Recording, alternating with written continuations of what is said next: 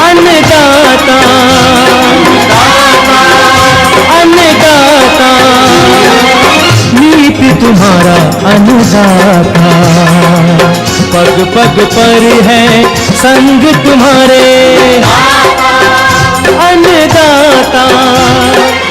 लहू किसान का बन के पसीना सींचता है धरती का सीना, मेहनत का तेरी हक दिलवाने, नई तकनीक नई खोज बताने। पशुधन को गुणवान बनाना, पौध सुरक्षा को सिखलाना, खेती के सब गुर समझाने, भारत का सरताज बनाने, आठों पहर है संग तुम्हारे अन्नदाता अन्नदाता। नमस्कार, मैं हूं रीनू। आप सभी दर्शकों का अन्नदाता कार्यक्रम में स्वागत करती हूं। हमारे देश का किसान जन का पोषक है, वह श्रम का देवता है, अन्नदाता है। उसमें ही भारत की आत्मा निवास करती है। ऐसे ही किसानों की प्रगति के लिए हम खेती बाड़ी से जुड़ी हुई बहुत सी नई लाभकारी जानकारियां हर रोज सुबह लेकर आते हैं। तो चलिए कार्यक्रम शुरू करने से पहले देखते हैं आज क्या है अन्नदाता में। हल्दी की उन्नत किस्में और वैज्ञानिक बुआई तकनीक।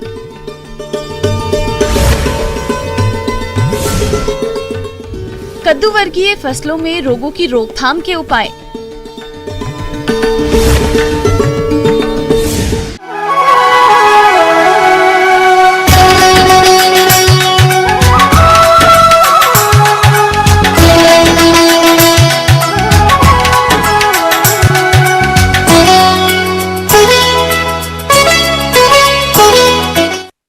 औषधीय गुणों से भरपूर हल्दी का सामान्य इस्तेमाल तो मसाले में ही किया जाता है, लेकिन इसके अलावा कई अन्य खाद्य पदार्थों, सौंदर्य प्रसाधनों के साथ साथ इसका आयुर्वेदिक इस्तेमाल भी होता है। किसान इसकी खेती करके न केवल अच्छा उत्पादन ले सकते हैं, बल्कि हल्दी के उत्पाद पर आधारित सूक्ष्म और लघु उद्योग भी स्थापित कर सकते हैं। तो चलिए हल्दी की खेती के बारे में विस्तार से जानते हैं कृषि विज्ञान केंद्र जिला मुजफ्फरपुर के कृषि वैज्ञानिक डॉक्टर मोतीलाल मीणा से।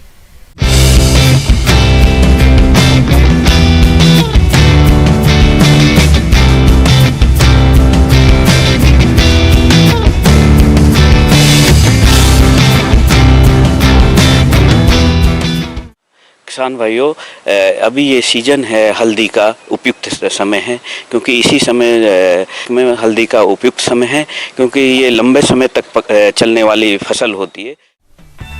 हल्दी का उत्पादन सभी प्रकार की मिट्टी में किया जा सकता है, परंतु मिट्टी में जल निकास उत्तम होना चाहिए।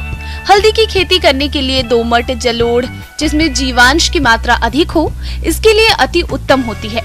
यदि खेत में नेमाटोड की समस्या हो तो प्लास्टिक सोलराइजेशन अप्रैल के महीने में ही कर ले, तभी क्यारियां बनाएं। तो सबसे पहले हम इसकी खेत की तैयारी कैसे करते। खेत की तैयारी के लिए पहले हम हमारे खेत को डिस्क हैरो से गहरी जुताई करनी चाहिए। डिस्क हैरो से जुताई करने के बाद एक बार रोटावेटर चला के, जो क्योंकि उसमें खरपतवार है या ढेले हैं सब एक लेवल में आ जाएंगे, उसके बाद पाटा चला के खेत को समतल कर लेंगे। और यदि हल्दी के प्रभेद के बारे में देखें तो बिहार राज्य के लिए जो रिकमेंडेड की गई हैं उसमें है राजेंद्र सोनिया है एक, और एक राजेंद्र सोनाली, दो बहुत ही अच्छी किस्म हैं जो यहाँ अच्छा उत्पादन देती हैं। और दोनों का जो समय देखें तो दोनों समय पर पकने वाली हैं, समय पर इनकी गांठ बन जाती है। 190 से 210 दिन में दोनों तैयार हो जाती हैं। राजेंद्र सोनिया हल्दी एकदम पीले कलर की है, बहुत ही है, बीमारियों के प्रति सहनशील होती है। इसमें जो हल्दी का जो कंटेंट्स है वो भी इसमें 65% से ज़्यादा पाया जाता है राजेंद्र सोनिया हल्दी। और ये हमारे पूसा केंद्रीय कृषि विश्वविद्यालय की निकली हुई हैं दोनों ही, लेकिन राजेंद्र सोनिया का हमारे यहाँ ज़्यादा अच्छा उत्पादन है, उसके कम बीमारियों का अटैक होता है। और उत्पादन भी इसका देखें तो हम 500 से 600 क्विंटल प्रति हेक्टेयर इसका नॉर्मल कंडीशन में सामान्य उसमें उत्पादन हो जाता है। हल्दी का रोपण प्रकंद से होता है, जिसमें 20 से 25 क्विंटल प्रकंद प्रति हेक्टेयर लगता है। प्रत्येक प्रकंद में कम से कम 2-3 आंखें होनी चाहिए। कड़े, सड़े, सूखे और अन्य रोग से ग्रसित प्रकंदों को छांटकर अलग कर दें। ध्यान रखें कि एक वजन आकार के कंद एक कतार में लगाएं, अन्यथा छोटा बड़ा प्रकंद लगाने पर पौधे की बढ़वार समान नहीं हो पाती है।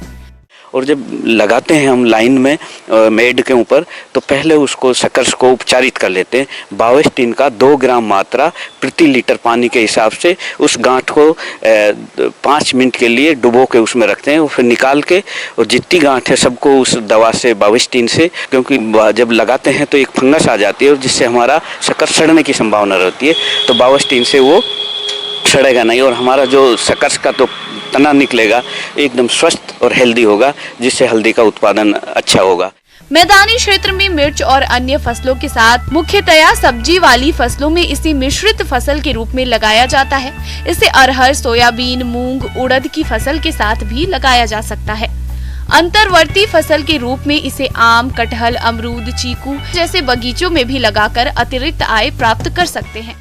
हल्दी क्योंकि वो शक्कर से लगाई जाती है, तो उसमें हम हल्दी जब लगाएंगे तो रिज मेकर से लाइन बना लेंगे, क्योंकि ये मेड पर लगाएंगे तो जब भी बारिश आएगी तो जो हल्दी का हमारा गांठ है वो गलेगा नहीं, तो रिज मेकर की सहायता से हम लाइन बना लेंगे। लाइन से लाइन की दूरी इसमें रखनी है 45 सेंटीमीटर और पौधे से पौधे की दूरी 30 सेंटीमीटर पर रखनी चाहिए, क्योंकि हल्दी थोड़ा फैलने वाला है और उसकी शक्कर से वो काफ़ी जब उसको स्पेस मिलेगा, इसलिए 45 सेंटीमीटर और 30 सेंटीमीटर इसका ये लगाने का है। और प्रति हेक्टेयर देखें तो हम जैविक खाद का उपयोग करना चाहिए। जो देसी गोबर है वो पूर्णतः सड़ा होना चाहिए, तो 8 क्विंटल प्रति हेक्टेयर देसी सड़ा हुआ गोबर का उपयोग करेंगे। उसके बाद यदि नाइट्रोजन के हम देखते हैं तो क्योंकि फर्स्ट जब लगाते हैं तो डीएपी का हम उपयोग करते हैं, तो इसमें 60 केजी फास्फोरस की जरूरत होती है, 80 केजी नाइट्रोजन की जरूरत होती है, 40 केजी पोटाश की जरूरत होती है। इसके साथ क्योंकि ये कंद वाली है तो पोटाश की मात्रा हम एक बाद में लिक्विड फॉर्म में भी दे सकते हैं, क्योंकि जब मिट्टी चढ़ाते हैं हल्दी पे दिसंबर के एंड में, तो मिट्टी चढ़ाते समय उस टाइम भी हम पोटाश का एक एप्लीकेशन दे देंगे, तो जो हमारी गांठ है वो अच्छी स्वच्छ बनेगी। हल्दी की फसल को सिंचाई की अधिक आवश्यकता नहीं होती है। यदि गर्मी में इसकी बुआई की जाती है तो मॉनसून आने से पहले इसकी सिंचाई करना जरूरी है। इस दौरान कम से कम 4 से 5 सिंचाई कर सकते हैं। ध्यान रखें, सिंचाई के बाद पानी खेत में एक जगह एकत्रित ना हो, इसके लिए खेत में जल निकासी की व्यवस्था करें। पौधों को तेज धूप से बचाने के लिए और मिट्टी में नमी बनाए रखने के लिए बुआई के तुरंत बाद 12 से 15 टन प्रति हेक्टेयर की दर से प्रकंदों को हरे पत्तों से ढक दें। बुआई के 40 और 90 दिन बाद घास पात निकालने और उर्वरक डालने के बाद 7.5 टन प्रति हेक्टेयर की दर से दोबारा हरे पत्तों से झपनी करें। ब्रेक के बाद एक बार फिर से आप सभी दर्शकों का अन्नदाता में स्वागत है।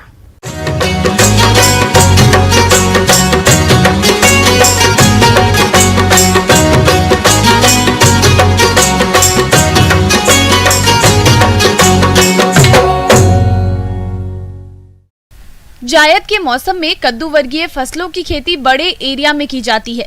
इस समय अधिकांश फसलें फूल और फल बनने की अवस्था में हैं, पर मौसम में हो रहे बदलाव से इन फसलों में कई प्रकार के रोग पनपने लगते हैं, जिसकी पहचान कर समय से नियंत्रण करना बेहद जरूरी होता है, तभी फसलों से अधिक उपज मिलेंगी। देखिए ये रिपोर्ट।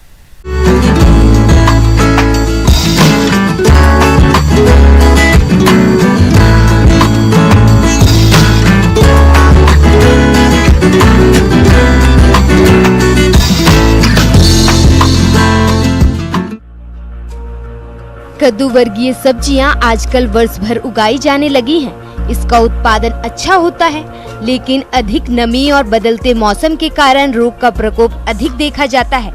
कभी कभी प्रबंधन के अभाव में पूरी फसल नष्ट हो जाती है। इसलिए किसान भाइयों को इन रोगों की सही पहचान करके उचित समय पर उचित नियंत्रण करना आवश्यक है, जिससे अच्छा उत्पादन सब्जियों का मिल सके। कद्दू वर्गीय सब्जियों में एक मुख्य रोग है फ्यूजेरियम विल्ट, उकटा रोग। ये रोग एक मृदा जनित फफूंदी फ्यूरोजियम स्पीसीज से होता है। इससे प्रभावित पौधा मुरझाकर सूख जाता है, पौधे की जड़ें और भीतरी भाग भूरा हो जाता है। इससे पौधे की वृद्धि रुक जाती है। स्पष्ट लक्षण फूल आने व फल बनने की अवस्था में दिखाई देते हैं। कभी कभी तो पूरा पौधा सूख जाता है। रोग की रोकथाम के उपाय। इसके लिए रोग रोधी किस्मों की बुआई करें। भूमि का सूर्यकरण करने पर भी इस बीमारी को कम कर सकते हैं। बुआई से पूर्व बीज की कार्बोडाइजम 2 ग्राम प्रति किलो बीज की दर से उपचारित करें और बीमारी के आने के बाद पौधे की ड्रिंचिंग करके फसल को उकटा रोग से बचा सकते हैं। श्यावरण रोग। यह रोग एक प्रकार की फफूंदी से होता है। ये रोग कद्दू की फसल में अधिक होता है, जबकि पेठा में भी ये रोग अधिक होता है। ये रोग गर्म और अर्ध मौसम में अधिक होता है। पौधे की किसी भी वृद्धि अवस्था में ये रोग हो सकता है। इस रोग के लक्षण पौधे की पुरानी पत्तियों पर छोटे जलयुति या पीले धब्बे बनते हैं। ये धब्बे कोणीय या गोला आकार के हो सकते हैं। बाद में ये आपस में मिल जाते हैं और सूख जाते हैं। पत्ती का ये सूखा भाग झड़ जाता है, इससे पैदावार कम हो जाती है। रोकथाम के उपाय। मैनकोजेब 2 ग्राम प्रति लीटर पानी की दर से घोल बनाकर फसल पर छिड़काव करें। इसके अलावा बीज कार्बोडाइजम 2 ग्राम प्रति किलोग्राम बीज से उपचारित करके बुआई करने पर इस रोग से काफी हद तक बचा सकते हैं। चुर्ली आसिड रोग। इस रोग में पत्ते की ऊपरी सतह पर सफेद या धुंधली धूसर रंग के पाउडर जैसे छोटे छोटे धब्बे बनते हैं, जो बाद में पूरी पत्ती पर फैल जाते हैं। पत्तियों और फलों का आकार छोटा व विकृत हो जाता है। पौधे की पत्तियां असमय गिर जाती हैं। इसका सीधा प्रभाव फसल उत्पादन पर पड़ता है। रोकथाम के उपाय। फसल पर रोग के लक्षण दिखाई देने पर प्रारंभिक अवस्था में कैराथीन 1 ग्राम प्रति लीटर पानी में घोलकर छिड़काव करें। आवश्यकता पड़ने पर दोहराएं। ऐसा करके रोग को नियंत्रित किया जा सकता है। तुलासीदा रोग के लक्षण। इस रोग के कारण पत्तियों की निचली सतह पर सफेद भूरी फफूंदी उलझी हुई रुई के रूप में दिखाई देती है, जिससे पत्तियों की निचली सतह पर बैंगनी भूरे रंग के धब्बे पड़ जाते हैं। पत्ती का ऊपरी भाग पीला हो जाता है और इन धब्बों पर चूर्ण दिखाई देता है। समय के साथ ये धब्बे गलने लगते हैं। रोगग्रसित पत्तियां पीली पड़कर पौधे से गिर जाती हैं। पौधे की बढ़वार रुक जाती है। जो फल बनते हैं वो पूर्ण रूप से विकसित नहीं हो पाते हैं। पैदावार कम हो जाती है। रोग नियंत्रण के उपाय। खड़ी फसल में जिनेब 0.3% का छिड़काव करना चाहिए। इसके अलावा किसान भाई कद्दू वर्गीय सब्जियों के खेत को निराई गुराई द्वारा खरपतवारों से मुक्त रखें। कद्दू वर्गीय सब्जियों की बीज को बुआई से पूर्व कार्बोडाइजम 2 ग्राम प्रति किलोग्राम की दर से बीजोपचार पर बुआई करें तो इस रोग का प्रकोप नहीं होगा। पत्ती झुलसा रोग। इस रोग के लक्षण सबसे पहले पत्ती पर हल्के भूरे रंग के धब्बे के रूप में दिखाई देता है, जो बाद में गहरे रंग से बड़े आकार में हो जाता है। पत्तियों पर धब्बे गोलाकार रूप में बनते हैं, जिससे पत्तियां झुलसी हुई दिखाई देती हैं। रोकथाम। फसल पर रोग के लक्षण दिखाई देने पर मैनकोजेब 2 से 3 ग्राम प्रति लीटर पानी की दर से घोल बनाकर फसल पर 10 से 12 दिन के अंतराल पर छिड़काव करें, जिससे इस रोग की रोकथाम हो जाती है। किसान भाइयों, इस बात का ध्यान रखें कि दवा का छिड़काव फल तुराई के बाद करें और दवा छिड़काव के 1 सप्ताह बाद ही सब्जियों की तुराई करें। इस प्रकार से किसान भाई फसल को रोगों से होने वाले नुकसान से बचाकर अच्छी उपज लेकर अच्छा मुनाफा कमा सकते हैं।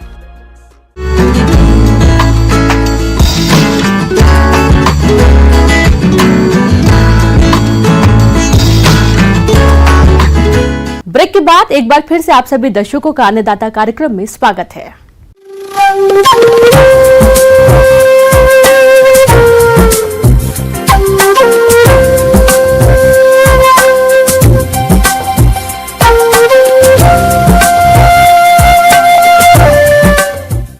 मौसम विभाग की रिपोर्ट पर साप्ताहिक कृषि सलाह इस प्रकार है।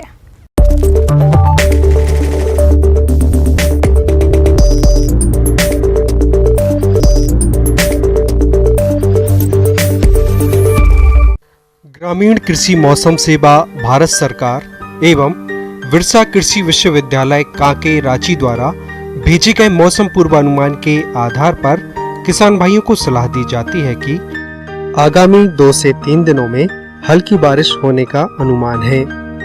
इस दौरान अधिकतम तापमान 35 से 40 डिग्री सेल्सियस और न्यूनतम तापमान 22 से 25 डिग्री सेल्सियस के बीच रहने का पूर्वानुमान है।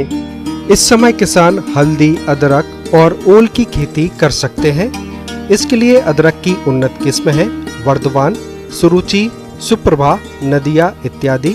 इसी प्रकार हल्दी की उन्नत किस्म है राजेंद्र सोनिया तथा ओल की उन्नत किस्में हैं गजेंद्र, विधान, कुसुम, श्री पद्मा इत्यादि। किसान भाई इनमें से किसी भी किस्म का चुनाव कर इन फसलों की खेती कर सकते हैं। इस समय मूंग की फसल में निराई गुड़ाई अवश्य करें, जिससे मिट्टी में नमी अधिक दिनों तक संचित रह सके। समय से बोई गई मूंग की फसल में पुष्पन आने लगे हैं और वह मुरझाकर गिर रहे हैं, तो इसका कारण थ्रिप्स कीट हो सकता है। इसकी रोकथाम के लिए प्रोफेनोफास 1 मिलीलीटर दवा प्रति लीटर पानी के हिसाब से घोल बनाकर शाम के समय मौसम साफ रहने पर छिड़काव करें। इसी प्रकार चावल के खेत में जल जमाव बनाए रखें। इसके लिए मेड़ों को दुरुस्त रखें और यदि खरपतवारों का प्रकोप अधिक हो रहा हो तो इसे अविलंब नियंत्रित करें। प्रदेश के जिन किसान भाइयों की गेहूं की फसल की कटाई हो चुकी है, थ्रेशिंग का काम करें और अनाज को भंडारण के पूर्व अच्छी तरह से सुखाकर ही भंडारित करें। जो किसान अभी तक गेहूं की कटाई नहीं कर पाए हैं, वे जल्दी से जल्दी इसकी कटाई का काम करें, अन्यथा इसके दाने खेत में ही झड़ने लगेंगे, जिससे किसानों को नुकसान होगा। मिट्टी की उर्वर शक्ति बढ़ाने के लिए इस समय हरी खाद वाली फसलें जैसे ढैंचा, सनई, लोबिया आदि की बुआई करें। जिन किसानों ने लत्तर वाली सब्जी लगा रखी है, उनमें अभी लाल भृंग कीट का प्रकोप हो सकता है। इसकी रोकथाम के लिए निमेरीन, निमेटीन या निमेसिडीन आदि दवा का प्रयोग करें। यदि कीट का प्रकोप अधिक होता हो तो क्लोरपाइरिफास कीटनाशी दवा 2 मिलीलीटर प्रति लीटर पानी के हिसाब से घोल बनाकर पौधों पर छिड़काव करें। बैगन की फसल में फल और तना छेदक कीट का प्रकोप हो सकता है। इसकी रोकथाम के लिए फेरोमोन ट्रैप लगवाकर रासायनिक दवाओं का प्रयोग कर सकते हैं। गर्मी के मौसम में पालतू जानवरों को धूप से बचाकर रखें तथा जानवरों के घर की खिड़कियों पर जूट के बोरे टांग दें और उन पर पानी का छिड़काव करें, ताकि पशुशाला में ठंडी हवा प्रवेश कर सके। साथ ही पशुओं को स्वच्छ एवं ताजा पानी पर्याप्त मात्रा में पीने के लिए उपलब्ध कराएं। इस समय बैगन, भिंडी, बोदी, मिर्च आदि की फसल में लाल मकड़ी या बरूथी कीट का आक्रमण होने की संभावना रहती है। ये कीट हजारों की संख्या में पेड़ों के पत्तियों के नीचे छुपे रहते हैं। ये छोटे छोटे लाल रंग के कीट होते हैं जो कि पत्तियों, कोमल तने एवं पुष्प कली पर आक्रमण करते हैं तथा पौधों का रस चूसकर नुकसान पहुंचाते हैं। इन कीटों की रोकथाम के लिए ओमाइट या ओबेरॉन का छिड़काव 2 मिलीलीटर प्रति लीटर पानी के हिसाब से शाम के समय करें। जो किसान इस वर्ष फल बाग लगाना चाहते हैं, वे अभी से ही खेत की तैयारी करें। इसके लिए सही स्थान का चुनाव कर फल वृक्ष के अनुसार उचित दूरी को ध्यान में रखते हुए गड्ढों की खुदाई अभी से ही करें।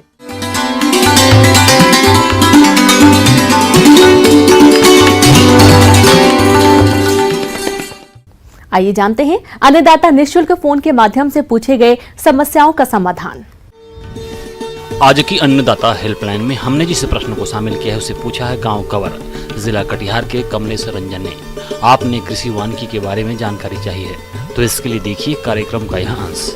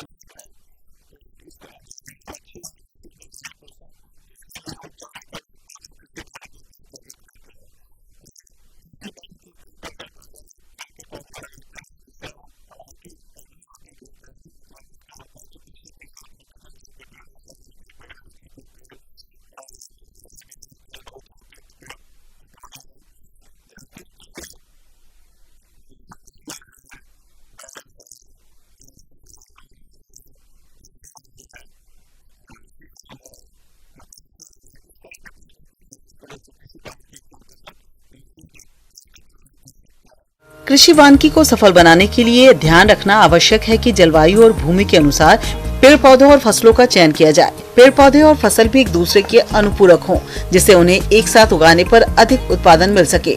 पेड़ों और फसलों के बीच पोषक तत्वों, वायु और सौर ऊर्जा के लिए एक दूसरे से प्रतिस्पर्धा कम करने के नजरिए से समय समय पर पेड़ पौधों को काटते छांटते रहना चाहिए।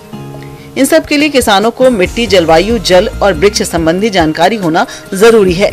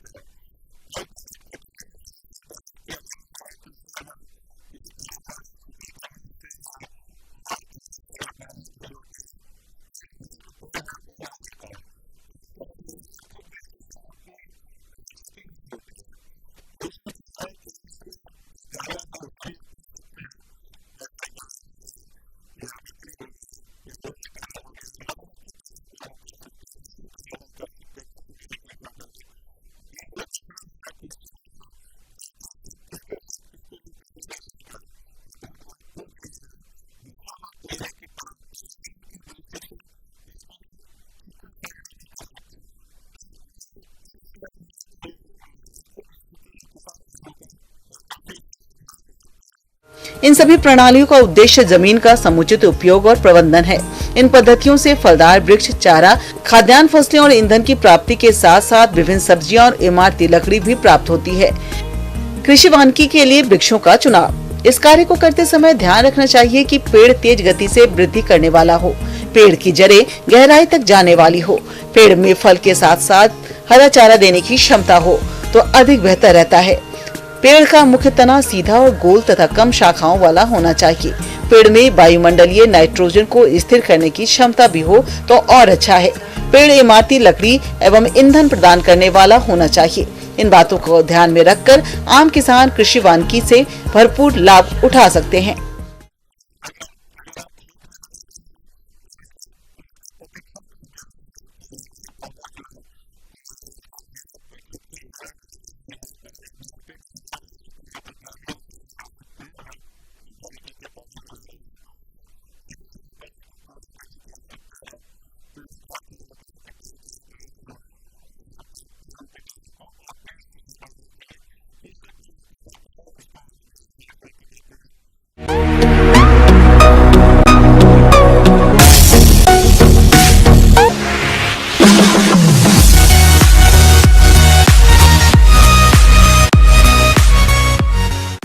एक नजर डालते हैं राज्य के कुछ मंडियों के प्रमुख फसलों के बाजार भाव पर।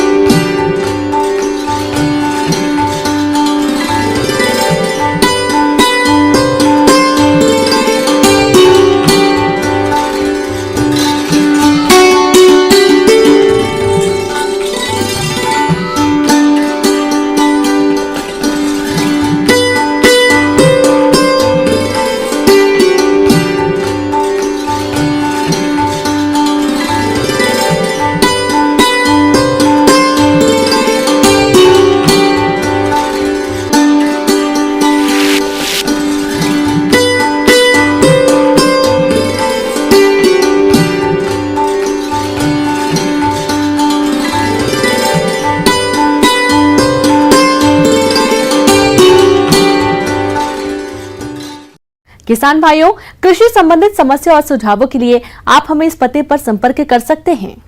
प्रोड्यूसर अन्नदाता news 18 Bihar Jharkhand, Ramoji film city Hyderabad 501512। साथ ही आप हमें ईमेल भी कर सकते हैं। हमारा ईमेल है p18annadatabihar@nw18.com।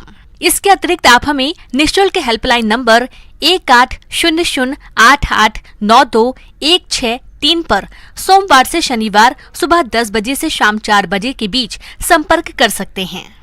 अब समय हो रहा है आपसे विदा लेने का। कल फिर मुलाकात होगी कृषि से जुड़ी महत्वपूर्ण जानकारियों के साथ। नमस्कार।